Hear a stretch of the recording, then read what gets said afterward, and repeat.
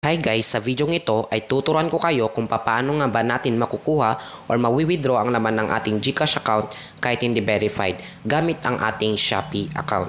So kailangan natin dito ng dalawang app which is ang GCash account and Shopee account. And kailangan din po natin dito ay verified ang ating Shopee account. So all we need to do is panoorin mo ito ng step by step at huwag mong skip para maintindihan mo. So let's start.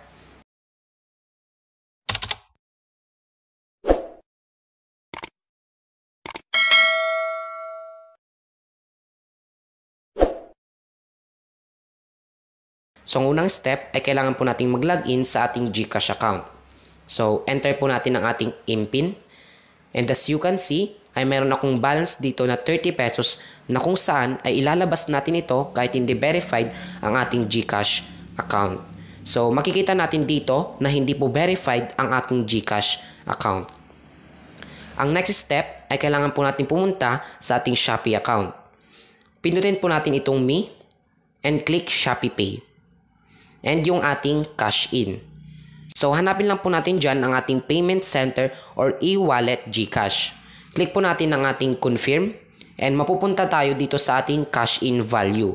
So all we need to do is enter natin ang amount na gusto nating ilabas sa ating GCash account na hindi verified. So kanina 30 pesos lang ang laman ng aking GCash account. Ang gagawin natin dyan ay ilalabas natin ng 30 pesos natin. 29 pesos lang ang i-input nating amount dahil meron siyang 1% admin fee, total of 30 pesos. Click pay now and then mapupunta kayo sa inyong email verification. Click pay and mag-login tayo gamit ang ating GCash number na hindi verified. So ayan, antayin lang po natin ang code na darating and yung password ng ating GCash account. So as you can see, ay may nakalagay dito sa gilid na available balance na 30 pesos. So click po natin ang ating pay 30 pesos. Click proceed natin yan. So ayan, payment successful na po tayo. So as you can see, ay pumasok na nga ang 29 pesos natin sa ating Shopee account.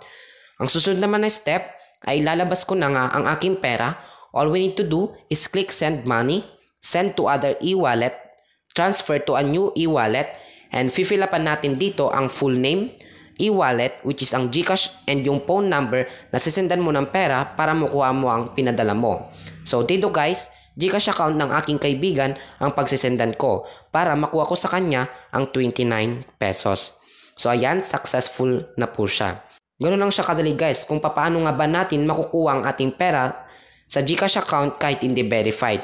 Sana ay may natutunan kayo sa video na ito at huwag mong kalimutang mag-subscribe at i-hit ang bell button para lagi kayong updated sa mga latest upload namin. Thank you for watching!